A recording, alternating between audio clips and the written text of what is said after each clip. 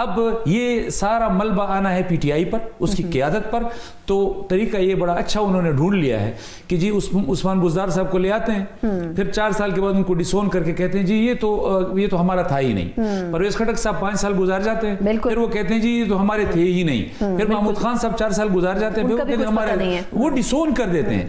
اسی طرح انہوں نے سیم علی امین گنڈپور کو ڈسون کر دیا ہے, اور اب سہیل افریدی کو لائے ہیں تاکہ دنیا کو یہ پیغام دیں کہ یہ جو کچھ ہوا ہے, یہ زوال کا جو یہ صوبہ شکار ہوا ہے, یہ اس کی وجہ جماعت نہیں ہے, قیادت نہیں ہے, یا انفرادی شخصیت ہے. تو یہ ایک طریقہ کار ہے جو وہ اختیار کرتے ہیں, لیکن اب لوگ ان باتوں کو سمجھنے لگے ہیں, ان ساری چیزوں کو. تو یہ اصل وجہ یہ ہے کہ وہ اس رخ سے لوگوں کی نظر ہٹانے کی کوشش کر رہے ہیں جو ناکام ہے. میرے حساب سے جو کام علی امین گنڈپور نے کرنا تھا, جو کیا, سیم وہی کام سہیل افریدی نے کرنا ہے, اور وہ کریں گے. میں نے پہلے دن بھی کہا کہ سہیل افریدی صاحب کے بارے میں آپ خامخواہ اس طرح کی وہ شکار ہو رہے ہیں. یہ D J S P R صاحب اگر وہاں جا کر انہوں نے پریس کانفرنس کی تو اس کی صرف ایک وجہ تھی کہ انہوں نے سہیل افریدی کی پروجیکشن کرنی تھی. اس کے علاوہ مجھے تو کوئی اور اس کی وجہ نظر نہیں آ رہی تھی کہ وہ سہیل افریدی دنیا کو بتانا چاہ رہے تھے کہ جی یہ سہیل افریدی ہے اور یہ ہمارے مد مقابل ہیں, اور یہ پروجیکشن ہم نے ان کی کرنی ہے. شاید ان کا سٹیٹس, ان کا قد ان کو اس طرز کا نظر نہیں آ رہا تھا کہ اس پریس کانفرنس کے بعد شاید لوگوں نے کہا کہ ہاں یہ بھی تو شاید ایک وزیر اعلیٰ ہوں گے جو شاید چیلنج کریں گے اسٹیبلشمنٹ کو بھی, وفاقی حکومت کو بھی چیلنج کریں گے.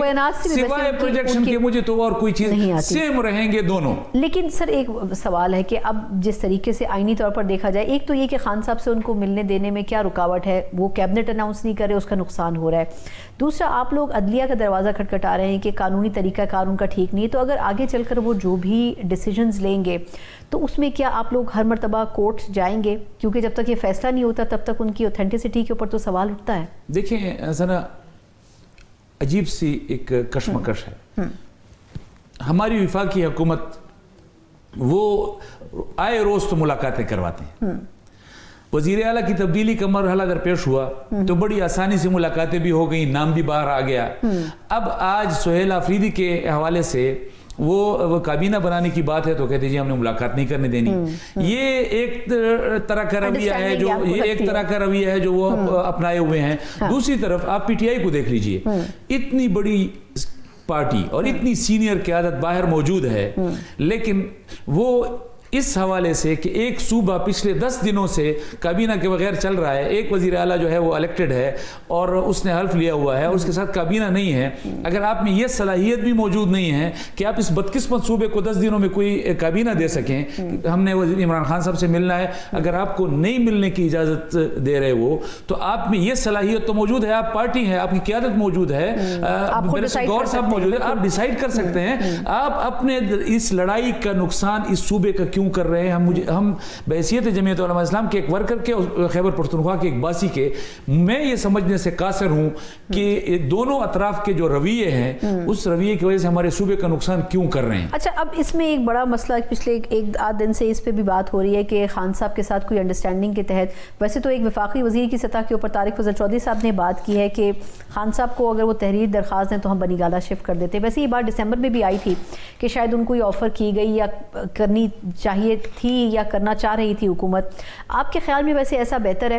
کبھی کہتے ہیں کہ وہ اڈیالہ کے پاس پنڈی میں ایک اور جیل ہے وہ بنا دی ہے ان کے لیے اسپیشل, مطلب سمجھ نہیں آتا کہ وہ جہاں ہیں وہاں کیوں نہیں ہو سکتے, کبھی ان کو یہاں یا کبھی وہاں کیوں کرنا ہے. اور دوسرا, آپ کو لگتا ہے کہ اگر وہ کہیں اور شفٹ ہو گئے تو مسائل کچھ کم ہو جائیں گے؟ لیکن سنا بات یہ ہے کہ دونوں طرف کے تضادات آپ ذرا تھوڑا سا اس کو پہ غور کیجئے نا. آپ پی ٹی آئی کا انیشل سٹانس اٹھا کر دیکھ لیجئے. پی ٹی آئی نے کہا کہ 9 مئی یہ فالس فلیگ کا آپریشن تھا, یہ خود ہمارے اداروں نے پلان کیا, پھر اس کو ایگزیکیوٹ کیا, پھر اس کا نتیجہ نکال کر ملبہ ہمارے سر ڈال دیا, تو یہ تو ہم نے کیا ہی نہیں, ڈسون کیا انہوں نے. اور آج وہ کہہ رہے ہیں کہ جی اگر کچھ لوگوں نے کیا بھی تھا تو آپ ان کو سزا دیں نا, پارٹی کو سزا آپ کیوں دے رہے ہیں؟ انہوں نے کہا خان صاحب نے تو احکامات نہیں دیے تھے. تو آپ ان دونوں موقف کے تضادات کو دیکھ لیں. اب پھر آپ حکومت کو دیکھ لیں. حکومت کہتی ہے 9 مئی ریاست کے خلاف بغاوت تھی, اداروں کے خلاف بغاوت تھی. اب ریاست کے خلاف بغاوت اگر کسی نے کی ہے تو کیا اس کو کسی ڈیل کے نتیجے میں آپ جو ہے معاف کر سکتے ہیں؟ کسی پریس کانفرنس کے نتیجے میں آپ معاف کر سکتے ہیں؟ یا کسی ریاست کے خلاف بغاوت کے مجھے اگر آپ سمجھتے ہیں یہ دعویٰ ان کا ہے، ہمارا نہیں ہے کہ وہ یہ 9 مئی ریاست کے خلاف بغاوت تھی، لیکن ریاست کے خلاف اگر بغاوت کا ایک مجرم ہے اور آپ کہہ رہے ہیں کہ جی ان کو گھر بھی منتقل کیا جا سکتا ہے، ان کو فلاں جگہ بھی اگر وہ بات چیت کر لیں تو کیا بات چیت کے نتیجے میں ریاست کے خلاف بغاوت کے مجرموں کے ساتھ یہ سلوک کسی اور جگہ بھی آپ نے آفر کی ہے؟ کیا یہ سلوک آپ BLA کے لوگوں کے ساتھ بھی کریں گے؟ ریلیف آپ کسی اور کو دیں تو پھر جسٹیفائیڈ ہے۔ آپ ایک طرف آپ کہتے ہیں ریاست کے خلاف بغاوت ہے اور دوسری طرف آپ کہتے ہیں جی اگر بات چیت کر لیں تو ہم ان کو یہ سہولت بھی دے سکیں، تو اس کا مطلب ہے کہ آپ پھر سیاسی انداز میں اس کو استعمال کر رہے ہیں، تو اب تضادات سے نکلنا پڑے گا، دونوں طرف کے لوگوں کو تضادات سے نکل کے بات کرنی پڑے گی۔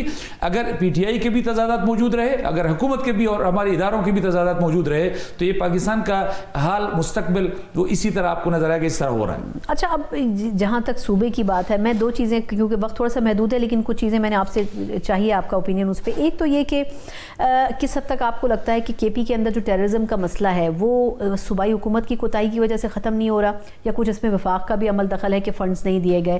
دوسرا، اب یہ جو اپوزیشن کی نئی حکمت عملی بن رہی ہے، اس میں محمود اچکزئی صاحب کی نومینیشن کو JUIF کیسے دیکھتی؟ کیونکہ آپ لوگوں کی ایک بڑی اچھی بانڈنگ رہی ہے اچکزئی صاحب کے ساتھ، مولانا صاحب کی، اس میں کیسے آپ لوگ آگے چلیں گے یہ دونوں چیزیں؟ دیکھیں، میں سب سے پہلے تو اگر لا اینڈ آرڈر کی بات کروں KP کی، تو اس میں جیسے میں نے کہا کہ دونوں ذمہ دار ہیں۔ ہماری ریاست کی پالیسیز اس کی ذمہ دار ہیں۔ پہلے دن سے لے کر آج تک جس طرح ہماری پالیسیز تضادات کا شکار رہی ہیں، کبھی آپ بات چیت کرو، کبھی آپ آپریشن کرو، پھر آپریشن جو ہے کہ نتیجے میں آپ کہتے ہیں جی ہم نے صاف کر لیا، اگر صاف کر لیا ہے تو پھر لوگ کیسے آ گئے؟ پھر کبھی آپ کہتے ہیں کہ نہیں ہم نے وہاں سے واپس لا کر ان کو یہاں انٹیگریٹ کرنا ہے، ان کے ساتھ بات چیت کرنی ہے، ان کو یہاں بسانا ہے، ان کو جو ہے ڈی ویپنائزیشن کا عمل مکمل کرنا ہے۔ یہ تمام وہ ریاست کے تضادات ہیں جن کی وجہ سے ہم پچھلے تقریباً 20-22 سالوں سے ہم اس چیز کا شکار ہیں۔ تو صوبائی حکومت یقینی طور پر ناکام ہے، لیکن ساتھ ساتھ ہمارے ریاست کی پالیسیز جو ہیں وہ بھی اس کی وجہ ہے، اور اس کی وجہ سے ہم اس ناکامی کی طرف جا رہے ہیں۔ جہاں تک محمود خان اچکزئی صاحب کی بات ہے، ہمارے بڑے محترم ہیں، یہ اس وقت اپوزیشن میں PTI largest group, largest party, اور پہلے بھی لیڈر آف دی اپوزیشن ان کے تھے۔ اب وہ کس کو لیڈر آف دی اپوزیشن نامزد کرتے ہیں؟ وہ محمود خان اچکزئی صاحب کو کرتے ہیں۔ میرے خیال میں آپ کی جماعت ان کے ساتھ جانا چاہیے،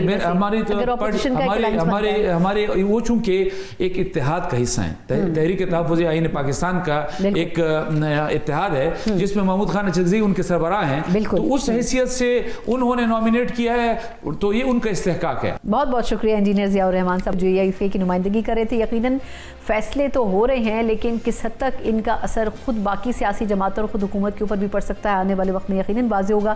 ایک مختصر وقفے کے بعد پاکستان کی اکانومی کے حوالے سے کچھ ہم اوپینین لیں گے، ہمارے ساتھ رہیے گا۔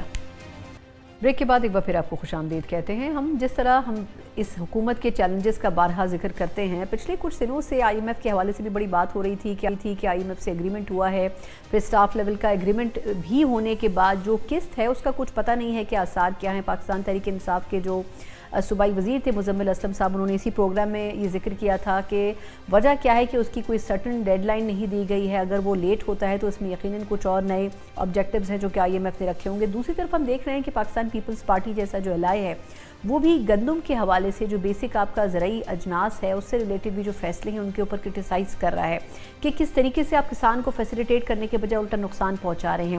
ان تمام چیزوں کو دیکھا جائے تو پاکستان کی حکومت پچھلے کچھ عرصے سے جو بات کرتی آ رہی ہے کہ ہم نے اکانومی کے چیلنجز کو نہ صرف اوور کم کیا ہے، مہنگائی کو کنٹرول کیا ہے، سنگل ڈیجٹ پر لے کر آئے ہیں، اگر الٹیمیٹ رزلٹ دیکھا جائے تو وہ رزلٹ بظاہر عام انسان کو فائدہ دیتا ہوا محسوس نہیں ہوتا ہے۔ انہی شوز میں کئی مرتبہ ہمارے ساتھ ایک ایسی شخصیت رہی ہیں جنہوں نے بارہا ان غلطیوں کی نشاندہی کی، سلوشنز بتائے، لیکن انفارچونیٹلی کیونکہ سسٹم کا حصہ اس وقت نہیں ہے اس لیے وہی بات ہے کہ طوطی کی نکار خانے میں آواز کون سنتا ہے۔ لیکن وہ تمام آبجیکٹیوز ایسے ہیں جن کے اوپر اب سینئر ماہرین اظہار خیال بھی کر رہے ہیں اور ان کو پوائنٹ آؤٹ بھی کر رہے ہیں، لیکن اب دیکھنا ہوگا کہ آیا جو اسٹیٹ لیول کے اوپر ہماری وزارت خزانہ ہے اس کی کتنی پرائیورٹیز ہیں۔ سیگمنٹ میں اس پہ بات کرنے کے لیے میرے ساتھ دانیال عزیز صاحب موجود ہیں، اکانومی کے ہیں، سابق وفاقی وزیر بھی ہیں اور کئی مرتبہ ہمارے شوز کے اندر ان تمام چیزوں کے اوپر بات کر چکے ہیں۔ دانیال صاحب سے تھینک یو سو مچ۔ سر، بہت ساری چیزوں کی آپ نے میرے خیال ہے پچھلے 1 سال میں آپ نے پوائنٹ آؤٹ کیا کہ یہ چیزیں ہونی چاہیے. انفیکٹ مجھے یاد ہے کہ گندم کے حوالے سے بھی پہلے آپ نے, شوگر کین کے حوالے سے آپ نے بہت پہلے یہ چیزیں ایزیوم کی تھیں کہ یہ مسائل آئیں گے, اور اب ہم ایگزیکٹلی ادھر ہی جا رہے ہیں. لیکن پہلے اگر میں کوئکلی آپ سے IMF کے اوپر بات کروں تو آپ ہمیشہ یہ کہتے تھے کہ ہم کبھی بھی 100% اچیو نہیں کر سکیں گے ان کی ڈیمانڈز میں. ابھی کیا رکاوٹ آپ کو نظر آ رہی ہے؟ جی ابھی وہی رکاوٹ ہے جو پچھلے سال تھی جی. یہ ہدف بہت زیادہ رکھ دیتے ہیں اور ان کے یہاں پر اصلاحات ہوئی نہیں ہیں, تو ان کے ساتھ جب گفتگو ہوتی ہے تو وہ ان اصلاحات کے باعث وہ ہدف رکھا جاتا ہے. جب یہ اس کے اوپر عمل درآمد نہیں کرتے تو پھر وہ ہدف نہیں ملتا. اس مہینے اس میں سرمائی میں جو 200 بلین 200 ارب کی شارٹ فال ہے ریونیو میں جو انہوں نے وعدہ کیا ہوا تھا. پچھلے سال اگر آپ کو یاد ہو, آپ ہی کے پروگرام میں میں نے بتایا تھا کہ تقریباً 360 ارب کا خسارہ تھا. بڑھتا بڑھتا وہ پھر 600 تک چلا گیا, 620 تک پہنچ گیا. فائنلی انہوں نے جب ان کی میٹنگ مارچ پہ ہوئی تو انہوں نے کہا جی آپ کا کتنا خسارہ ہے, انہوں نے 620 بتایا, تو وہ 620 انہوں نے معاف کر دیا. پھر بھی وہ جو ہدف اس کو معاف کیے باوجود نہیں پورا کر سکے. تو اب یہ پھر سے وہی کہانی نہیں کر رہی. اب اس میں کیا وجہ دیکھیں, پچھلے سال حکومت نے وعدہ کیا تھا بجٹ کے سال میں کہ ہم سب سے برابری کا سلوک کریں گے. ایگریکلچر ہے, چاہے ریل اسٹیٹ ہے, چاہے ریٹیل ہے, اور صرف سیلریڈ کلاس کی ہم چمڑی نہیں اتاریں گے, اور ہم اپنا بھی صرفہ کریں گے, یعنی ہم خرچے کم کریں گے, اور آپ لوگ بھی پتھر باندھیں پیٹ کے اوپر اور مہربانی کریں, ہم نے مل کے پاکستان کو اس مشکل میں سے. یہ ایک پورا نیریٹو چلایا اور اس میں بتایا گیا کہ جناب government has no business in business. یہ جو لاس میکنگ ادارے ہیں ان کو ہم آف لوڈ کریں گے, اور بس کوئی کسی قسم کا پیچھے مڑنے کا دیکھنے کا کوئی ٹائم نہیں ہے. وہ ایک ایک کر کے ریل اسٹیٹ کا ٹیکس بھی ختم کیا, تاجر دوست ایپ بھی ختم کیا, ایگریکلچر ٹیکس بھی کوئی نہیں لگایا, کوئی سرفے بھی نہیں کیے, کوئی ڈاؤن سائزنگ بھی نہیں کی جس میں کوئی فائنینشیل امپیکٹ ہوا ہو. ڈار صاحب نے رپورٹ بنانی تھی فورن مشنز کی رائٹ سائزنگ کی, وہ بھی کوئی نہیں سامنے آئی. اس کے لیے بار بار تھی جو یہ چیز میں خود دیکھوں گا, میں ہر چیز وزیر اعظم صاحب کہتے ہیں میں پرسنلی مانیٹر کروں گا, اور رزلٹ کیا نکلا؟ اب پھر سے خسارے پہ ہم کھڑے ہیں, اور پھر سے جا کے سکیور یعنی اسٹاف لیول اگریمنٹ پاکستان میں تو نہیں ہو, یہاں سے تو اعلان کر کے جاتے ہیں پریس کانفرنس, واپس جا کے پھر جو بھی انہوں نے لے دے کی. جو اب ہم جا رہے ہیں منی بجٹ کی طرف, یہ ماننا نہیں چاہتے, اور یہ کوشش کریں گے کہ NFC ایوارڈ کے ذریعے سے کچھ آگے پیچھے کر کے. تو جو صوبوں کا اہم کام ہے وہ صحت اور تعلیم ہے, وہ جب یہ پیسے ان کے کم کریں گے مرکز میں رکھنے کے لیے, کس لیے ان کو پیسے چاہیے؟ کیوں ہیں ان کو پیسے؟ اس لیے چاہیے کیونکہ ان کا آدھے سے زیادہ بجٹ قرض میں جا رہا ہے, قسطوں میں جا رہا ہے. کس نے ان کو کہا تھا کہ آپ اپنے اخراجات اتنے بڑھا دیں کہ جو آپ برداشت نہ کر سکیں؟ اس وقت ویسے معذرت کے ساتھ اس وقت ہم ریکارڈ قرض لے رہے ہیں نا, مطلب پچھلی اگر گورنمنٹس کے ساتھ کمپیئر کریں تو ہمارا سب سے زیادہ ہے. اسی طرح چل رہا ہے جی. اور بلکہ جو ٹیکس ٹو GDP ریشو کچھ وقت کے لیے نیچے آنا شروع ہوا تھا وہ پھر سے اوپر چلا گیا, 70 کراس کر گیا. اور سب سے بڑی بات یہ سب کیوں ہو رہا ہے؟ کیونکہ مرکزی حکومت جو ہے اپنے اخراجات پورے کرنے کے لیے ٹیکس کلیکٹ نہیں کر سکتی. جب اب کہتے ہیں FBR کا ریفارم کریں, وہاں پر انہوں نے جا کے PAS کے افسران بٹھا ہیں. وہ جو انسینٹیوز پیکج انہوں نے فائنلی دیا ہے, 2 سال میں کہہ کہ آپ کے ساتھ بھی کتنی دفعہ بات ہوئی کہ ایڈمنسٹریٹو اپروچ نہیں کام کرے گی. پہلے انہوں نے ممبر نکال دیے, پتہ نہیں سینئر کتنے لوگ نکال دیے, فائنلی جا کے پھر وہ گھبرا کے انہوں نے جا کے جونیئرز کو لاہور میں تمغے بانٹے, پھر واپس آئے 3 مہینے کے بعد, پھر سے پرجنگ کی, سارے سینئر نکال دی, فائنلی چیئرمین نے استعفیٰ دے دیا. اور اس ساری صورتحال میں کیا نکلا؟ کچھ بھی نہیں, صرف مورائل تباہ ہو گیا ساری سروس کا. اور at the end of the day آپ دیکھیں کہ فائنلی انہوں نے 2 سال ضائع کر کے ایڈمنسٹریٹو اپروچ کے ذریعے انسینٹیو اناؤنس کیے. لیکن انسینٹیوز کیا ہیں؟ انسینٹیوز FBR کے لیے نہیں ہیں, انسینٹیوز ہیں DMG PAS کے لیے, کیونکہ انہوں نے کہا یہ ساری انتظامیہ کو ہم نے دینی ہے. اس لیے انہوں نے اس میں سرفے کیے ایک عجیب و غریب پتنگڑ بنا دیا ہے جس کا کوئی نہ سارا نہ پیر ہے, اور اس کی وجہ سے افیکٹ نہیں ہو رہا. اور سب سے بڑی بات میں آپ کو بتاتا چلوں کہ جو ACR ہے, یعنی جو annual confidence performance evaluation report جس کو پہلے ACR سے جانتے رہے ہم, اس کو بالکل نہیں تبدیل کیا. نہیں, اس کو بہت سیریس لیتے ہیں افسران جو ہے بالکل. اس کی وجہ یہ ہے کہ اسی کے اوپر تو ان کی پروموشن, ان کی پوسٹنگ, ان کا فیوچر کریئر ٹریک بننا ہے. تو اس لیے اس کو نہیں چھیڑا انہوں نے, لیکن یہ کہہ دیا کہ جی 40 لوگ ریویو کریں گے, اور پتہ نہیں کیا اس میں. اچھا مزے کی بات یہ ہے اس انسینٹیو پیکج میں جو ریونیو ٹارگٹ ہے وہ مینشن ہی نہیں ہے. تو پھر آپ کو ظاہری بات ہے خسارہ پورا. 4% گروتھ ریٹ, میں تو آپ کی طرح اتنی ایکسپرٹ نہیں ہوں اکانومی کی, اور آڈینس بھی شاید نہیں ہے. یہ جو بھی کچھ دنوں سے 2 دن سے خبر چل رہی ہے کہ جی وزیر خزانہ کہہ رہے ہیں جی ہم گروتھ ریٹ کو اچیو نہیں کر سکیں گے, سیلاب آ گیا اس لیے ہم یہ اچیو نہیں کر سکیں گے. تو یہ جو ایک نئی بہانہ سیلاب کے نام پہ ہمیں ملا ہے, اس کا گروتھ ریٹ سے واقعی تعلق ہے؟ جی اگر پچھلے سال کی طرح اچیو کرنا ہے پھر تو آپ بے شک 6% اناؤنس کر دیں.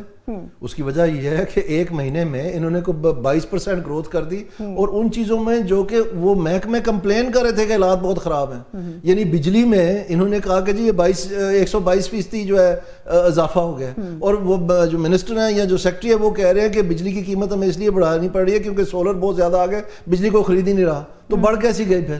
مطلب ایسی اوت پتنگ میں آپ کو کیا بتاؤں جی, ہم خود سارے دنگ رہ گئے. اور اس طرح اگر کرنا ہے تو بے شک 7% اناؤنس کرتے ہیں, کیا فرق پڑتا ہے؟ اچھا اب اگر ان ریالٹی دیکھا جائے جس پہ ہم نے بات شروع کی تھی, یہ کہتے ہیں سر کہ جو ہم مہنگائی ہے سنگل ڈیجٹ پہ ہے, ہم نے ڈالر کو کنٹرول کر دیا, روپیہ مستحکم ہو گیا, بہت مہنگائی کا نمبر نیچے آ گیا ہے.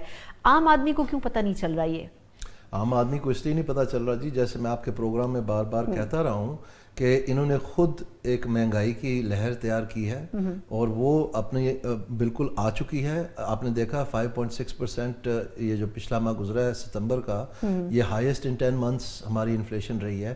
اور اس مہینے میں پھر سے جو ہے سینسٹیو پرائس انڈیکس جو ہر ہفتے آتی ہے, جو 51 آئٹمز پہ 17 شہروں میں سے ہوتا ہے, جو روزمرہ کے استعمال کی ہے غریب لوگوں کے لیے جو چیزیں, وہ بھی اپنا آسمان سے باتیں کرنے شروع ہو گئی ہے, اور یہ بڑھتا چلا جانا ہے. اور اسٹیٹ بینک جو ہے اس بات کو تسلیم کر رہا ہے, لیکن وجہ بتا رہا ہے. پہلے انہوں نے جنگ کی بہانہ ماننے کی کوشش کی, وہ چلا ہی 4 دن, تو وہ ڈراپ سین ہو گیا. پھر انہوں نے کہا اچھا یہ تو بہت اچھا ہو گیا, فلڈ کا بہانہ. اب دیکھیں کیسا عجوبہ ہے یہ کہ دنیا کو کہہ رہے ہیں کہ ہمیں کوئی ضرورت نہیں, اتنا نقصان ہی نہیں ہوا, ہم تو جا کے فوراً جو ہے نا یہ خود ہی اپنے پیسوں سے سارا معاملہ ٹھیک کر لیں گے. یعنی ایک طرف یہ بیانیہ ہے, دوسری طرف یہ بیانیہ کہ پوری کی پوری معیشت جو ہے اور سزا آپ کو مل رہی ہے مہنگائی کی کیونکہ فلڈ آ گیا. ان میں سے کون سا ہے؟ دونوں تو نہیں ہو سکتے نا, یا وہ ہے یا یہ, یا کم نقصان ہوا ہے اور مہنگائی کا تک کو نہیں بنتا, یا پھر بہت زیادہ نقصان ہوا ہے اور آپ کو جانا چاہیے تھا انٹرنیشنل کمیونٹی کے پاس. ایک چیز سر, ابھی آپ نے جس طرح فلڈ کا حوالہ دیا, کیونکہ ویسے تو میں نے اس پہ آگے چل کے تھوڑا ایگریکلچر پہ بات کرنی ہے, لیکن اس سے پہلے یہ جو ہماری پنجاب کی وزیر اعلیٰ ہے مریم صاحبہ, یہ کہہ رہی ہے کہ دیکھیں ہم نے کسی سے بھیک نہیں مانگی, ہمیں باقی صوبے مشورہ دیتے رہے کہ جی آپ جو ہے وہ لون لیں, امداد لیں, یہ لیں وہ لیں, لیکن ہم نے یہ نہیں کیا. ان کے پاس پیسے کہاں سے آئے؟ وہ کون سے فنڈز استعمال کرتی رہی ہیں, اور وہ جس کے اوپر کلیم بھی کر رہی ہیں کہ ہم نے تو کسی سے پیسے نہیں مانگے فلڈ. یہ سارے لوکل گورنمنٹ کے پیسے ہیں جی, لوکل گورنمنٹ کو جو پروونشل فائنانس کمیشن کے تحت ہر مہینے انہوں نے ٹرانسفر کرنے تھے, اور پورے پنجاب کی لوکل گورنمنٹس چلنی تھی, ان کا انہوں نے گلا دبایا ہوا ہے, اور وہ پیسے جو ہے اب صوبہ خرچ رہا ہے. تو ان پیسوں سے یہ بتا رہے ہیں کہ جو ہمارا آفیشیلی وہ ان کی ڈومین میں آتا ہے, وہ استعمال کرنا نہیں آتا ان کی ڈومین میں. آپ روز خبریں پڑھ رہی ہیں کہ الیکشن کمیشن آف پاکستان کہہ رہا ہے کہ ہم نے الیکشن کروانا ہے, اور الیکشن کمیشن نے بھی اپنا ایک قسم کا مذاق ہی بنا لیا ہے. اس کی وجہ یہ ہے کہ جس دن یہ پی ٹی آئی اناؤنس کرتی ہے کہ ہم جلوس جلسہ کرنے لگے ہیں, تو ساتھ ہی ان کو لوکل گورنمنٹ کی فکر پڑ جاتی ہے. تو یہ آپ دیکھ لینا جیسے یہ معاملہ ختم ہوگا یہ بھی رفع دفع کر دیں گے. نہیں تو پھر باقی صوبوں نے یہ فنڈز کیوں نہیں استعمال کیے؟ یعنی سندھ میں اور باقی صوبوں میں کر رہے ہیں, وہ بھی استعمال کر رہے ہیں. بالکل کر رہے ہیں. سندھ میں تو لوکل گورنمنٹس ہیں, لیکن اس کا مطلب یہ نہیں ہے کہ وہ 101 پی ایف سی کے فارمولے کو فالو کر رہے ہیں. اس کی وجہ یہ ہے کہ جو ہماری انتظامیہ ہے انہوں نے پی ایف سی کا فارمولا, جو پرنسپل فائنانس کمیشن کا فارمولا جس کے ذریعے سے تقسیم ہوتا ہے پیسوں کا تمام لوکل گورنمنٹس کو, ضلع کو بھی, میونسپل اتھارٹیز کو بھی, یونین کاؤنسل کو بھی وغیرہ, اس کو بالکل شکست و ریخت تباہ کر کے رکھ دیا ہے. اور وہ اسٹیٹک ہے پچھلے کو تقریباً 15 سال سے, اور اگر کوئی چھوٹی موٹی کوئی انکریز ہے تو اگلے مہینے وہ کوئی نہ کوئی بہانہ لگا کے اس کو واپس لے لیتے ہیں اس طرح کر کے. سو انہوں نے بالکل سٹارویشن کا administrative, political and financial authority and responsibility جو آئین کہتا ہے اس کا انہوں نے تمام گلا گھونٹ دیا ہے. اور یہ جو لوکل گورنمنٹ سسٹم ابھی پنجاب میں آیا ہے, آپ حیران ہوں گی, انہوں نے اور تو اور دیکھیں انہوں نے عمران خان کی نقل مار دی ہے, یعنی اور اس نے بنائی تھی عمران خان نے تاکہ لوکل گورنمنٹس کا نام و نشان نہ رہے. آپ جا کے دیکھیں نا, یہ جا کے لوکل گورنمنٹ ریپرزینٹیو جو خیبر پختونخوا کے ہیں وہ بیچارے آ کے بنی گلا کے آگے جلوس نکال رہے ہیں کہ جی ہمارے اختیارات نہیں. کبھی وہ پشاور میں جلوس نکال رہے ہیں, سندھ میں بھی ایسے ہی ہوا, سندھ میں بھی انہوں نے, تو یہاں پر بھی یہی کرنے جا رہے ہیں. نہیں لیکن اب ایک سوال ہے, جس طرح ہم دیکھ رہے ہیں کہ بلدیاتی چلے انتخابات کی طرف تو جا رہی ہیں, لیکن پارٹیز کی ریزرویشن ہے. یہ جو ابھی 2-3 دن سے ہم گندم کا ایشو دیکھ رہے ہیں, یہ کتنا ریلیٹڈ ہے؟ کیونکہ اس کے اوپر کہا یہ جا رہا ہے کہ سیلاب کی وجہ سے بہت زیادہ فصلیں افیکٹ ہوئی اور گندم کا بھی اس کے اوپر نقصان ہوا. آپ بہتر مجھے بتا سکتے ہیں کہ کیا آپ کے خیال میں جو پورا پروسیس ہے, ہم نے اس سے پہلے دیکھا تھا گندم کے علاوہ شوگر کین کا جب سیزن آیا تھا تو وہ ٹرالیاں لے کے کھڑے رہے تھے کسان, لیکن ان سے کوئی خریدنے والا نہیں تھا. یہ جان بوجھ کر کیا گیا کہ پاسکو کو ختم کرنا اور پھر ریٹس کو ویگ رکھنا, یہ کیوں کیا جا رہا ہے؟ یہ اس لیے جی کیونکہ جس وقت یہ حکومت آئی تھی تو اس وقت جو انٹرنیشنل قیمت تھی گندم کی وہ بہت کم تھی اور پاکستان میں زیادہ تھی. تو ایک مافیا ہے جو یہ امپورٹ کرتا ہے, تو ان کو طول دینے کے لیے ملینز آف ٹنز ویٹ جو امپورٹ ہوئی، جبکہ ہمارا اپنا بمپر کراپ تھا، اور سارا سال یہ وعدہ کرتے رہے لوگوں کے ساتھ کہ جی ہم 3500 روپے فی من خریدیں گے، 3500 روپے فی من، آخری دن تک یہ وعدہ کرتے رہے، اور پھر یکلخت انہوں نے ان سے آئی ایم ایف کی شک جو ہے اس کے بعد آئی ستمبر میں جا کے، اس سے پہلے انہوں نے یہ سارا کچھ کیا جب یہ تندور پہ گئے تھے دکھانے کے لیے کہ جی ہم غریبوں کے ساتھ بڑا ایسا سارا پاکستان غریب کر دیا. تو اس میں جو اینڈ رزلٹ ہوا کہ اس کے اگلے سال بجائے کہ ان کو سہارا دیتے یا اس کے کوئی صحیح بندوبست کرتے، مارکیٹ کی طرف آپ جا رہے ہیں، اس کے 100 لوازمات ہیں جو آپ نے ساتھ تیار کرنے ہیں، تو انہوں نے کیا کیا کہ جو ان کے پاس گندم جمع تھی وہ مارکیٹ میں جنوری اور فیبری میں این کٹائی سے پہلے سستے داموں پھینک دی، لاس پہ تاکہ قیمت سے پیسے. تو ظاہری بات ہے 2 سال آپ نے نست و نبود کر دیا ہے کاشتکار کو، اس سال وہ نہیں لگا رہے. تو یہ جو فلڈ آتا ہے ہر سال، اس کے فلڈ کے بعد تو گندم کی کراپ جو ہے وہ تو جمپ کرتی ہے، کیونکہ وہ نیا پانی آتا ہے، وہ ساتھ اپنا وہ زرخیز ریت وغیرہ لے کے آتے چیزیں، مٹی جو ہے وہ جان پکڑ جاتی ہے اس کی وجہ سے. تو اس طرح سے اکثر اگر آپ دیکھیں ہسٹوریکلی تو فلڈ کے بعد کراپ اچھی آتی ہے. تو اب اس لیے نہیں آ رہی کیونکہ انہوں نے خود اس کا گلا گھونٹ دیا. تو اب وہ کہہ رہے ہیں کہ نہیں جی نہیں اچھا ہم دیں گے، اور وہ بھی کیا مطلب آپ سمجھ لیں کہ مذاق بنایا ہوا ہے کہ جی یہ پرائیویٹ سیکٹر 3500 روپے مان پہ خریدے گی، اگر نہیں خریدیں گی تو کیا ان کے گلے کے اوپر آپ گوڈا رکھ دیں گے. تو یہ بھی ایک خام خواہ کا ڈھکوسلا دے رہے ہیں، اس میں آپ دیکھ لینا. اور ہم پروڈیوس کرتے ہیں اباؤٹ 30 ملین ٹنز، گیو اور ٹیک 2-3 ملین ٹنز. تو یہ صرف کہہ رہے ہیں کہ ابھی سے ہی کہہ رہے ہیں کہ ہم نے صرف 6 خریدنا ہے. تو 6 کا مارکیٹ کے اوپر کتنا افیکٹ ہونا ہے؟ کچھ بھی نہیں ہے. یہ بیسکلی اپنی کرتوتوں کی وجہ سے جو ہے پاکستان کی فوڈ سیکیورٹی کو تباہ کر بیٹھے ہیں، اور اب یہ جو ہے نا ڈھکوسلے استعمال کر کے تو کہہ رہے ہیں کہ ہم اس کو واپس بحال کر دیں. اس طرح نہیں ہونا. اچھا سر، ویسے ٹائم ختم ہو چکا ہے لیکن مجھے ایک کوئک کویسچن آپ سے کرنا ہے کہ ابھی نئی امینڈمنٹس کی بات ہو رہی ہے، اور اس میں کہا جا رہا ہے کہ ہو سکتا ہے 18ویں ترمیم کے اوپر بھی تھوڑا سا لے دے ہو جو نئی لیجسلیشن ہونی ہے. اب یہ اصل مسئلہ 18ویں ترمیم کا یہ ہے کہ این ایف سی کو چھیڑخانی کرنا چاہتا ہے نا، وہی آپ کی والی بات ہے کہ وفاق چاہتا ہے کہ ان کے پاس پیسے ہوں جو اب صوبوں کے پاس ہیں. آپ کے خیال میں ایسا ہونا بینیفیشل ہے یا نقصان دہ ہے؟ کیونکہ این ایف سی کے اوپر اور 18ویں امینڈمنٹ پہ پیپلز پارٹی نے بہت کام کیا تھا، اور ان کا یہ کہنا تھا کہ صوبوں کو ہم نے امپاور کرنا ہے. یہ اگر ریورس ہوتا ہے تو آپ کے خیال میں یہ صحیح فیصلہ ہوگا کہ صوبوں سے پیسے لے کے وفاق کے پاس آ جائیں؟ سوال یہ بنتا ہے کہ وفاق کو کیوں پیسے چاہیے؟ ایک تقریباً 1 خرب روپیہ 1 ٹریلین روپیز ہر سال آپ اسٹیٹ اونڈ انٹرپرائزز میں لاسز کر رہے ہیں. آپ کو کوئی پرواہ ہے؟ یہ سالہ سال چلتی آ رہی ہے، یعنی اس کو 20-30 سال ہو گئے ہیں، ان کو کوئی پرواہ نہیں. نئے ادارے بنا دیے گئے جہاں انہوں نے قرض وہ پارک کیا ہوا ہے اور اسی طرح چلتے چلے جا رہے ہیں. تو یہ کیوں؟ یا تو یہ ریونیو کلیکٹ کریں یا پھر یہ قرض لینا بند کریں. اب قرض لے کے انہوں نے وقت گزار دیا ہے، اب وہ قسطوں میں سارا پیسہ چلے جاتا ہے اور ان کے پاس نہیں رہا. تو یہ میسج ہے کہ اپنی حرکت ٹھیک کریں، نہ کہ آپ دوسروں کی پیٹ کے اوپر اب چھری مارنا شروع کر دیں کہ جو ہیلتھ اور ایجوکیشن صوبے کر رہے ہیں ان سے پیسے واپس لے لیں تو وہ پبلک سفر کرے گی. یہی ہوگا. تو کوشچن از کہ آپ اپنا ریونیو ٹھیک کریں، آپ اپنا جو یہ پرائیویٹائزیشن کریں، اس پیسے سے اپنا قرض اتاریں، آپ کو پیسے مل جائیں گے. سیدھے ہوئے نا تھوڑے سے. آپ عوام کے اوپر کیوں پھینک رہے ہیں ساری بات؟ پہلے ہی لوگ کہتے ہیں ہم ٹیکس دے کس بات کر رہے ہیں، نہ ہمارے بچے پڑھتے ہیں آپ کے اسکولوں میں، نہ آپ کی پولیس کوئی کام کرتی ہے، نہ آپ کی سڑکیں چلنے کے قابل ہیں، نہ کوئی کسی قسم کا ہیلتھ کا، ہم سب پرائیویٹ سیکٹر میں جاتے ہیں. تو دے پیسے کس بات کے رہے ہیں، اور یہ اور مانگتے چلے جا رہے ہیں. بہت بہت شکریہ. ہمارے ساتھ موجود ہے دانیال عزیز صاحب، سابق وزیر بھی ہیں، اکانومی کے ایکسپرٹ بھی ہیں، اور بڑی حد تک جو نمبرز ہیں وہ ریلائی کرتے ہیں کس طرح کی سچویشن اس وقت ہم فیس کر رہے ہیں اکانومی کے لحاظ سے پاکستان کے اندر. ایک مختصر وقفہ اور اس کے بعد ہم بات کرنے جا رہے ہیں کہ دفاعی لحاظ کے اوپر اگر دیکھا جائے تو پاکستان کے ایک طرف بھارت ہے، دوسری طرف افغانستان ہے، لیکن دونوں طرف سے مسائل ابھی بھی موجود ہیں، اور دوسری طرف امریکہ ہے جو کہ بار بار بھارت کو یاد دلا رہا ہے کہ 7 طیارے گرائے گئے ہیں. لیکن ایسی سچویشن میں کس حد تک پاکستان اس پورے سینیریو میں اپنے کردار کو بڑھا سکتا ہے، اس کے اوپر بات کریں گے کچھ دفاعی لحاظ سے ایک مختصر بریک کے بعد.